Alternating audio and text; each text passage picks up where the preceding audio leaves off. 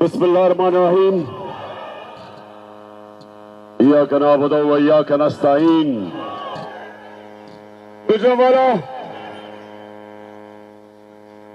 आज मैं सारा दिन आपके शहर में हूंगा और अपने गुजरांवाला के बाशऊर शहरियों से मैं आज आपको आगे आने वाले वक्त का रास्ता दिखाऊंगा। गुजरांवाला, ये याद रखना कि जब तक कि कौम हकीकी तौर पे आजाद नहीं होती, उस कौम की कोई दुनिया में हैसियत नहीं होती, दुनिया में इज्जत नहीं होती, उसके पासपोर्ट की दुनिया में कोई कदर नहीं होती। क्योंकि गुलाम कौम ऐसे है, जैसे मौलाना रूमी ने कहा था इंसानों को कि अल्लाह ने जब तुम्हें पर दिए हैं, अल्लाह ने जब तुम्हें परवाज के लिए पर दिए हैं, तो क्यों चूंटियों की तरह जमीन पे रींग रहे हो? जो कौम गुलाम होती है वो कीड़े मकोड़ों की तरह रहती है, उनके हकूक नहीं होते, उनके लोगों की इज्जत नहीं होती। आजम स्वाति जैसे लोग सेनेटर, उनके ऊपर जुल्म और तशद्दुद होता है। आम आदमी थाने और कचहरी में रुलता है, उसको बुनियादी हुकूक नहीं होते क्योंकि वो गुलाम होते हैं। उनके फैसले बाहर से स्क्रिप्ट मिलती है कि आपने रूस से तेल नहीं लेना क्योंकि सस्ता तेल मिल रहा है हिंदुस्तान को रूस से, लेकिन गुलामों को इजाजत नहीं, पाकिस्तानियों को, कि सस्ता तेल रूस से लेके महंगाई कम करें, क्योंकि गुलाम है। जो हुक्मरान है वो फैसला करने से पहले अमेरिका से एनओसी लेते हैं कि सर हम ये कर सकते हैं, तेल ले सकते हैं या नहीं। तो मैं गुजरांवाला आपके पास आज सारा दिन आपको एक चीज बताऊंगा कि अल्लाह ने हमें कैसे आजाद किया है। जब अल्लाह कहता है, जब अल्लाह के सामने अब दावा करते हैं ला इलाहा इल्लल्लाह, अल्लाह तेरे सिवा किसी के सामने नहीं हम झुकते, ये दावा है आजादी का। और जब फिर हम किसी सुपर पावर के सामने घुटने टेकते हैं, मेरी नजर में ये शिर्क है। जब एक किसी पाकिस्तानी शहरी को तशद्दुद होता है उस पे, जो आजम स्वाति शहबाज गिल पे हुआ, जो अरशद शरीफ को मुल्क छोड़ना पड़ा और कत्ल किया, शहीद किया उसको, क्योंकि वो हक और सच पे खड़ा था। ये गुलामों कौमों में होता है, आजाद कौमों में ये नहीं होता। आजाद कौमों के हुकूक होते हैं, शहरियों का अदालतें उनके बुनियादी हुकूक की हिफाजत करती हैं। और दूसरी चीज, गुजरांवाला, मैं वो पाकिस्तानी हूं जिसने अपने मुल्क को टूटते देखा था। ईस्ट पाकिस्तान हमारे से अलहदा हुआ था। मैं ईस्ट पाकिस्तान अंडर 19 का मैच खेलने गया, हमें पता ही नहीं था कि वहां कितना गुस्सा है ईस्ट पाकिस्तान के लोगों को। क्यों गुस्सा था? क्योंकि उनकी जो सबसे बड़ी जमात, जो पाकिस्तान की सबसे बड़ी जमात, वो ईस्ट पाकिस्तान से थी। वो इलेक्शन जीत गए थे, लेकिन ईस्ट पाकिस्तान के लोगों को गुस्सा ये था कि जो उनका हक था, जो मैंडेट था, वो नहीं दिया जा रहा था। क्यों नहीं दिया जा रहा था? क्योंकि यहां एक सियासतदान, उसने साजिश की अपनी कुर्सी के लिए। उसने ईस्ट पाकिस्तान की पार्टी जो इलेक्शन जीत गई थी, उनको हक नहीं दिया कि जो उनका हक था कि जब इलेक्शन जीते तो उनको क़यादत करनी चाहिए थी। वो उस सियासतदान ने पाकिस्तान की फौज को उस पार्टी के खिलाफ खड़ा कर दिया और नतीजा ये हुआ कि पाकिस्तान टूट गया, हमारा मुल्क आधा हो गया। आज फिर ये जो लंदन में बैठा हुआ भगोड़ा है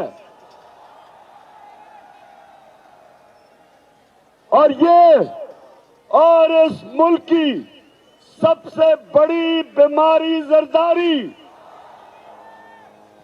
ये दोनों डाकू मिलकर कोशिश कर रहे हैं कि पाकिस्तान की सबसे बड़ी जमात उसको मुल्क की इस्टेब्लिशमेंट के खिलाफ खड़ा करे, इस्टेब्लिशमेंट को, फौज को बड़ी जमात के खिलाफ खड़ा करे। ये साजिश है, ये मुल्क के खिलाफ साजिश है। और सुन लो, हम इमरान खान की जीना मरना पाकिस्तान में है। इमरान खान ने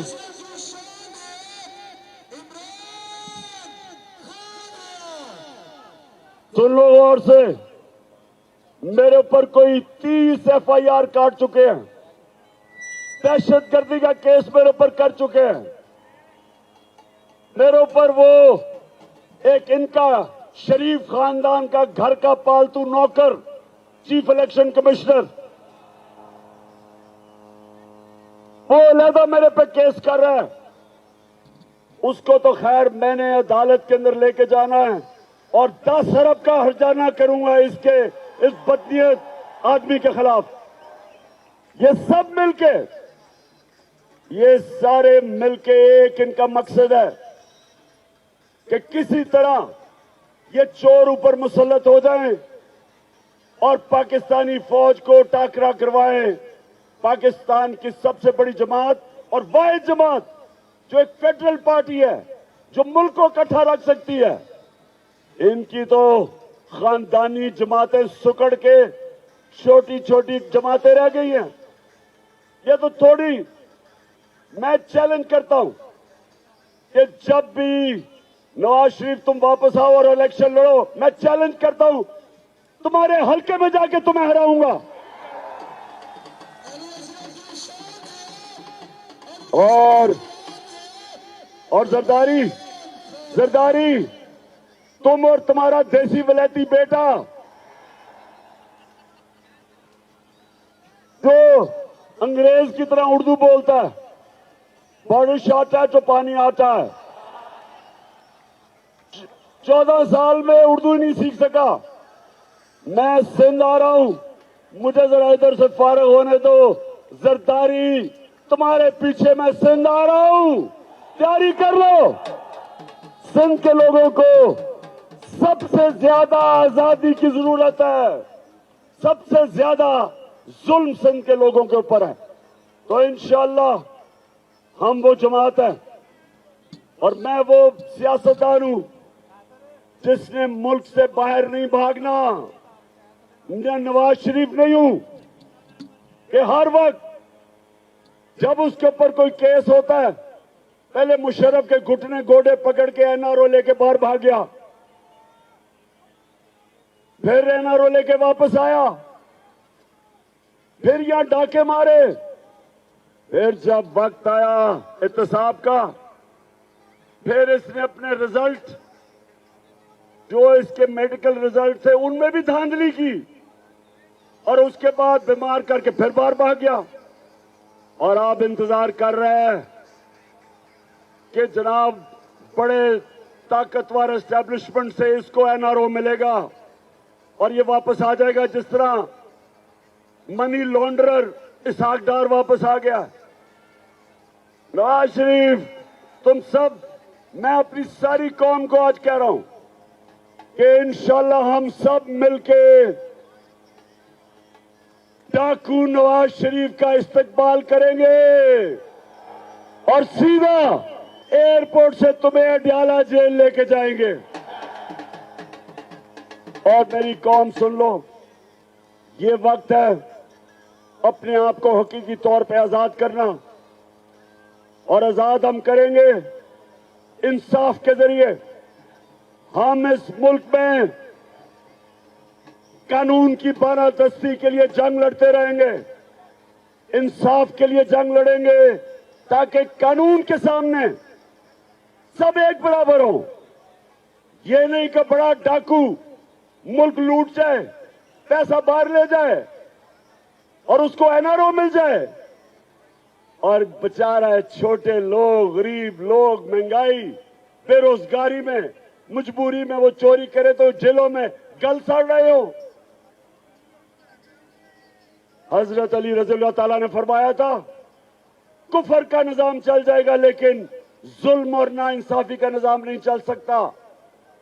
पाकिस्तानियों, यह निजाम नहीं चल सकता। इसको बदल के लिए हमने इसको बदलना है। जब कहते हैं कि कौन बचाएगा पाकिस्तान, इमरान खान नहीं बचाएगा, आप बचाएंगे पाकिस्तान को। आप मेरे साथ मिलकर इस मुल्क को आजाद करेंगे। और आजादी सुन लो, नबी सल्लल्लाहु अलैहि वसल्लम ने मदीना की रियासत में इंसानों को आजाद किया था, सबसे पहले अदल और इंसाफ कायम करके। अदल और इंसाफ इंसानों को आजाद करता है, नहीं तो इंसान चूंटियों की तरह जमीन पर रेंगते हैं। ऊपर परवाज नहीं होती इंसानों की जो गुलाम हो, जिधर इंसाफ ना हो। अल्लाह ने बार बार कुरान में हुक्म किया कि मेरी जमीन पे इंसाफ कायम करो। ये इंसाफ नहीं है कि आजम स्वाति 75 साल के सेनेटर को तशद्दुद करो, जेल में उसके घर में जाके उसकी पोती और पोतियों के सामने उसको मारो, उसके कपड़े उतारो, उसको जलील करो, उसके ऊपर तशद्दुद करो।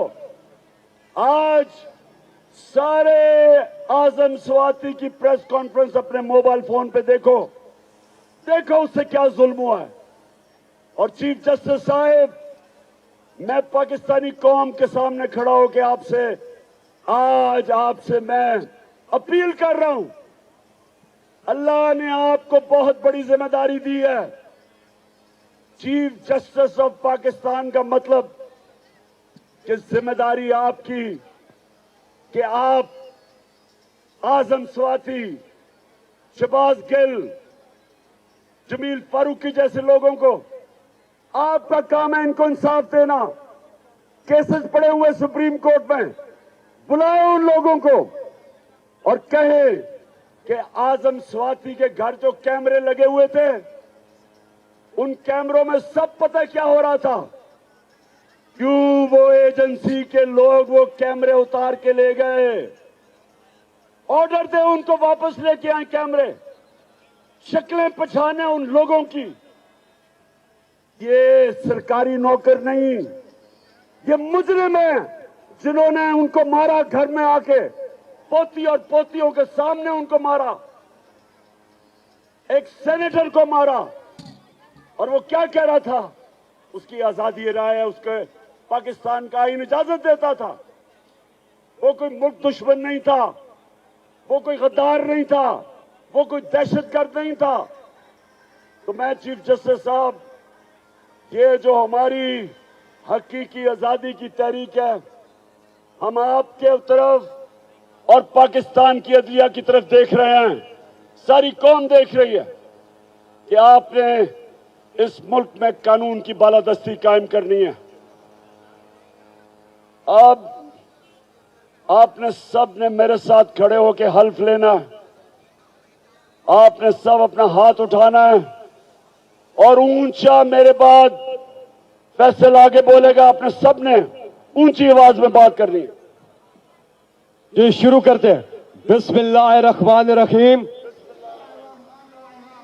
हम हल्फ उठाते हैं कि हम पाकिस्तान के आइन की हमेशा पासदारी करेंगे।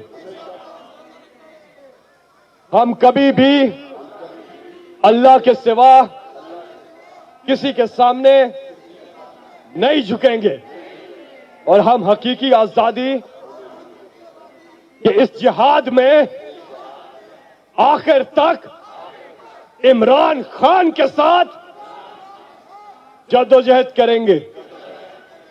अल्लाह हम सबका हामी और नासिर हो।